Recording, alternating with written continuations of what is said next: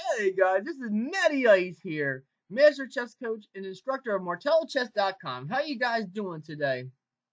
Last time we talked about part one of the 2018 Philly Open Round 6 matchup. And let me show you guys what happened last time. Come on. Alright, so we're going to rewind a little bit. So we got to the sideline of the Scotches game. You know, like, I broke down her kingside defense. I got all my pieces out and stuff, guys, and yeah.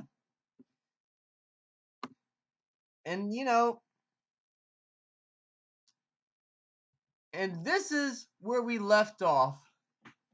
So, good things were her kingside defense was a little fractured. I had my pieces developed better than her, and I had less pawn islands than she did.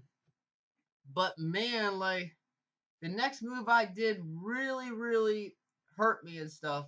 Like, I thought it was a simple development move too. So I did A3 because I did not know how to develop here, and like it was uncertain. Like, like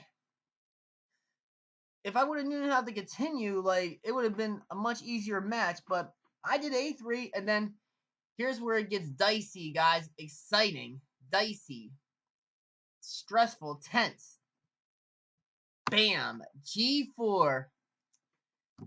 And now my queen is in trouble, and he's going to fracture my kingside defense.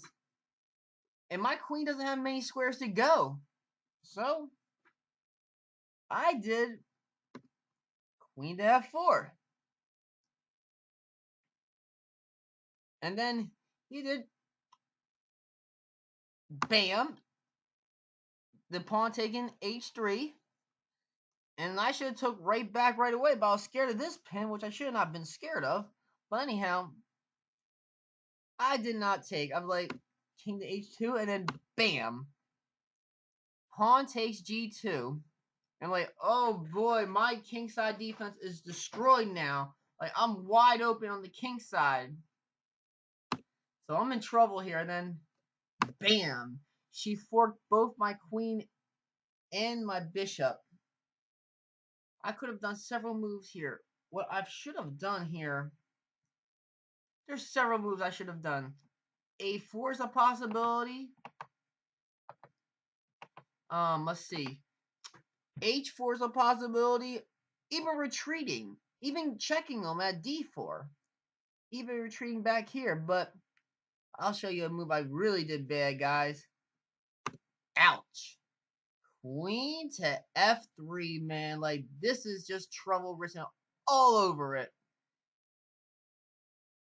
And then she had so much immersed pressure on me at this point, guys. Like, I'm in trouble here. Like, positionally, I'm in huge, huge trouble.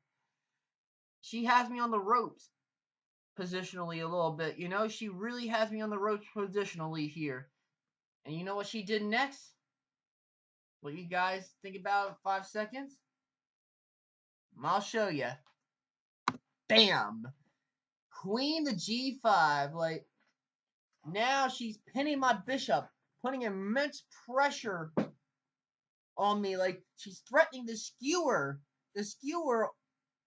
on g4 with the queen and the rook. And here I took a good amount of time to think about this move, man.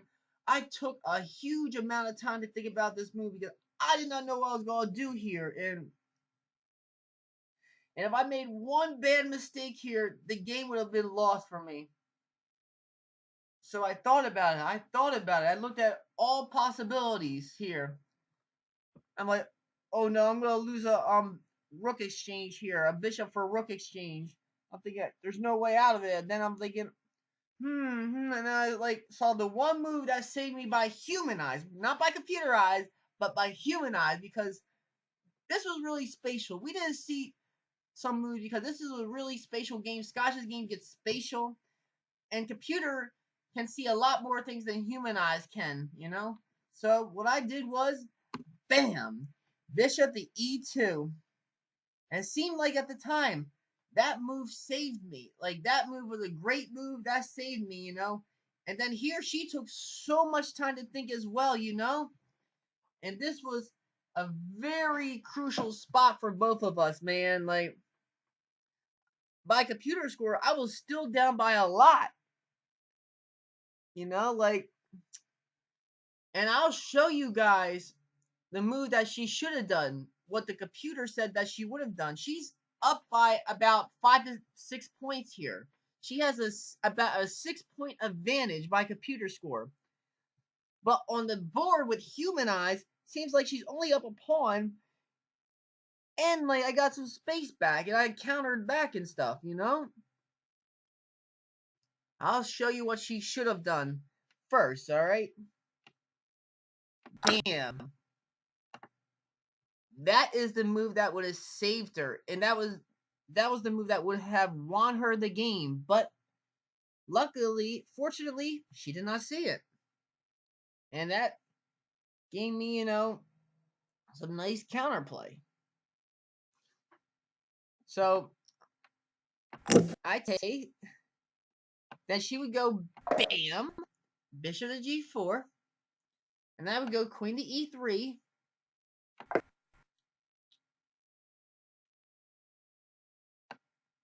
And then like if I do queen to e3, she takes with the bishop.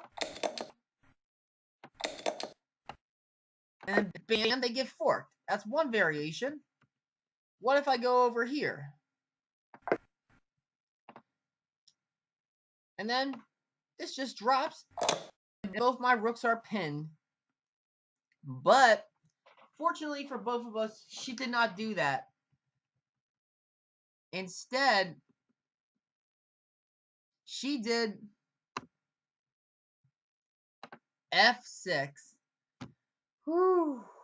And I was so relieved when she did that. I'm like, wow. Like, I'm thinking, I just got back in the game. And, like, we both didn't see that, you know, that rook for bishop exchange combination because, like I said, like, we're seeing from human eyes. We're not the computer here, guys, you know?